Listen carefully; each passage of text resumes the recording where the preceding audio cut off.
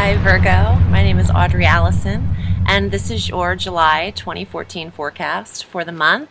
I am very happy to be here. Thank you for tuning in again and for subscribing and liking and sharing these podcasts on YouTube. I am very blessed, so I appreciate you viewing again and for choosing me to read for you. Let's get into it because your ruling planet, Mercury, goes direct on the 1st at 24 degrees Gemini. And this is important because, Virgo, you need your ruling planet direct. Otherwise, you feel like you're losing your mind. This is happening in your 10th house of career, social status, leverage, okay, recognition. Now, Gemini is going direct in this, but he's quickly transiting out of this sector into Cancer on the 13th. So with him direct, you have the first 12 days of July to really focus on that 10th house and make some magic happen there. On the 12th, the full moon, 20 degrees Capricorn in the 5th house of children and romance. Okay, so this, full moons bring things to a head, an ending or a culmination. There's an awareness here. For those of you with children, you could find out something very new about them around the time of the 12th. Perhaps something even mysterious and intriguing. So keep your eyes, your peepers peeled for that as well. Also, you could end a creative endeavor on that full moon, because bringing an ending to the 5th house, you could end a romance at that time too. But it wouldn't be a marriage. It would just be something casual, like a dating situation. The 5th house is lighthearted. It's not as serious as the 7th. So if you're casually dating, you might nip someone in the bud at that time. And that's fine. I mean, no one's gonna die over it. On the 13th, your ruling planet enters Cancer in your 11th house. 11th house is friendships, goals, wishes, clubs and organizations, and group settings. There's a lot of activity in the 11th house because Venus is also moving into the 11th. The planet of love and money goes into Cancer on the 18th. So on the 13th and the 18th, you have action in the 11th house. Actually, the 13th through the 18th, and then even more so because Venus will be with the 11th house for 28 days. So if you are considering some nonprofits, charities, joining clubs, getting involved in more groups, that's the time to do it. And also establishing and communicating, Mercury is the talks, the communications, the study, the local travel. These will be very local groups and clubs. You won't go the distance for them. They're not 9th house. They're close to you. So this is a very social time for you, very active with the 11th house ignited. Now, the transit we've all been waiting for, Jupiter. Jupiter's annual transit into Leo. He's coming out of Cancer on July 16th and entering Leo until August 11th of 2015. Amazing. Okay, so this will be in your 12th house. There's a lot of sectors Jupiter could hit, and he expands things. He makes them grow. He's benevolent, opulent, lucky, abundant. The 12th house is spirituality, okay? It's the quietest house. So you will go inward for 13 months.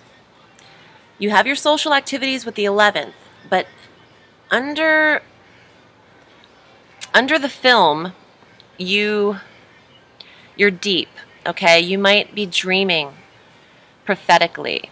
Jupiter will enhance your psychic ability in the 12th house as well. So that's a positive thing.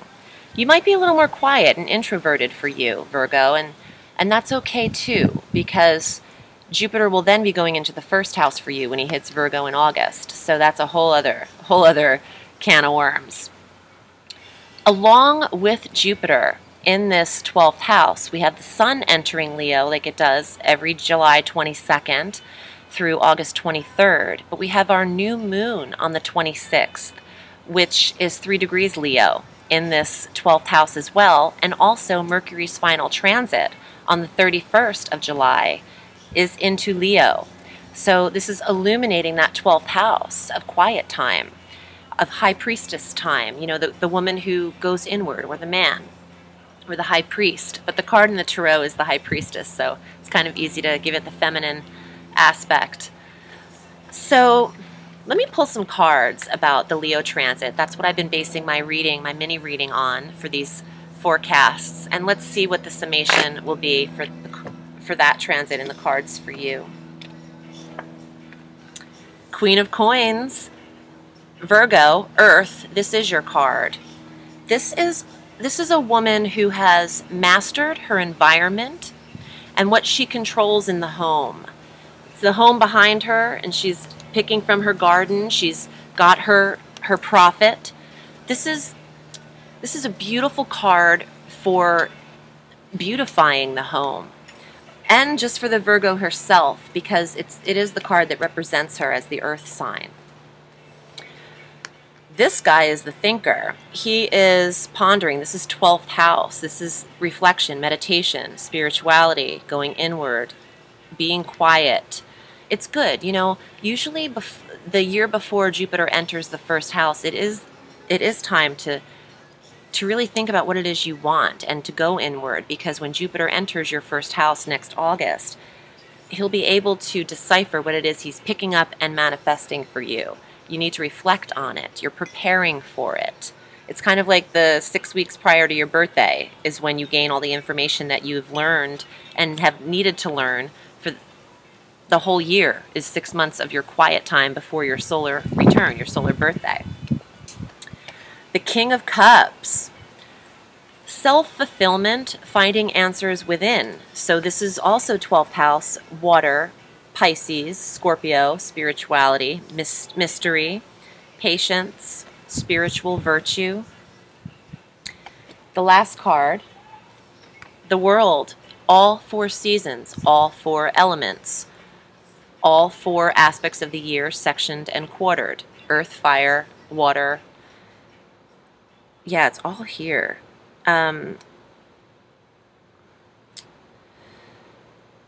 Earth, fire, water, air. Sorry, I just went somewhere else for a second because I heard a few things. Let me put these cards together and see what they mean. Well, what I'm actually getting is, with these two, you gain this and this. So you have to go inward before you can tangibly manifest the fruits of your labor. So there's quiet time required, Virgoan, and after the quiet time, really money can come in, shared resources. The 8th house is activated on the 21st of shared resources when Uranus retrogrades at 16 degrees Aries. He's been direct there for quite a while, but with Uranus retrograde, I like him that way. He shocks, and he's very abrupt, and he's ridden with electricity and brings on sudden change. But retrograde, he calms the hell down for a minute. So he's in the 8th house of shared resources. If you wanted loans at this time, or property assessments, taxes, settlements, inheritances, all of the 8th house sectors are hit. And this calms him down from the 21st on. So you won't be so shocked. You might not have been able to rely on the shared resources because they've been so roller coaster. But now that calms down a little bit, so you might feel like you're gaining where you need to. I mentioned the sun going into Leo. Oh, on the 20th, Saturn goes direct at 16 degrees Scorpio, and this is your 3rd house of communication. So Saturn is the planet of lessons and restructure and restriction. Him finally direct, he's going to help you learn how to communicate better, the 3rd house. He's been here since last December, I believe. Actually, oh no, I'm sorry. He moves out of this sector in December 23rd, thankfully, because he's been there for quite a while, and by the time he's done, he's going to have restructured how you're communicating in the 3rd house. 3rd house of study and communication. So for those of you actually in school, this is a great time to get your studies handled because you have more supportive aspects when he's direct. He helps you to learn. On the 25th, Mars enters Scorpio in this 3rd house as well. So there's energy, drive, support, passion, ambition. all in the third house of communication. This is important because for those of you who teach, who have people who, who counsel, who lecture, your information is coming across, or just, regular businesses, whoever you're speaking with is hearing you on better terms. There's more clarity and energy in the third house, so that's a positive thing. I mentioned the new moon, also 3 degrees Leo in this 12th house, and Mercury on the 31st into Leo in the 12th. You are quieting down, Virgo, and this is normal in a transit right before Jupiter hits your first. I love the summation of the month because it starts out with activation and awareness in the children's sector, and it ends with inner reflection, but there's inner reflection all through the chart. Let me pull some final cards for you and see what they say for the month. Again, whoa, you're going in. You're going inward. For those of you interested in the metaphysical, it's time to do the yoga. It's time to meditate, actually. It's not really about the body this month. Your 6th house isn't a hit at all for workouts or regimen, but literally quieting your overactive analytical mind is necessary. I would try absolute meditation because that's different than yoga. It requires stillness, which is almost impossible for a Virgo.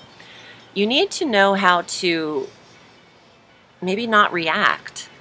This is the card of stillness and spirituality. So think about implementing that throughout your weeks. There's always 15 minutes in a day where you can find to do that. I know it's hard, but even if you can't fit it in every day, it's important to do it each week if you can, because it keeps one centered. There's not a lot of time to give a lot of outward energy to everyone all the time. So this is when you have to just really get in touch with yourself. And, wow, didn't I pull this already? Deja vu? I don't know. King of Swords. Oh, I pulled this for Libra. Clear thinking, communication, making a decision. Air sign. The intellect. You have a decision to make. It's almost similar to the Ace of Swords, the King, in that there's one object of one's desire and there's one decision to be made. So think sharp, be clear. With Mercury direct now, this ruling the air, the swords cards, it's a great time. Mercury goes direct in the 10th house, then into the 11th, then into the 12th. Career, clubs, and quiet time.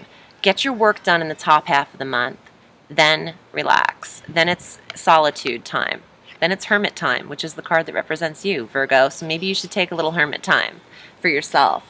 My name is Audrey Alison, and thank you so much for tuning in. If you'd like a reading, I'm at audreyallison.com. Thank you for your support. I'm also on Facebook at Audrey Allison, Astrology and Tarot. Have a sweet day. I'll see you next month. Bye.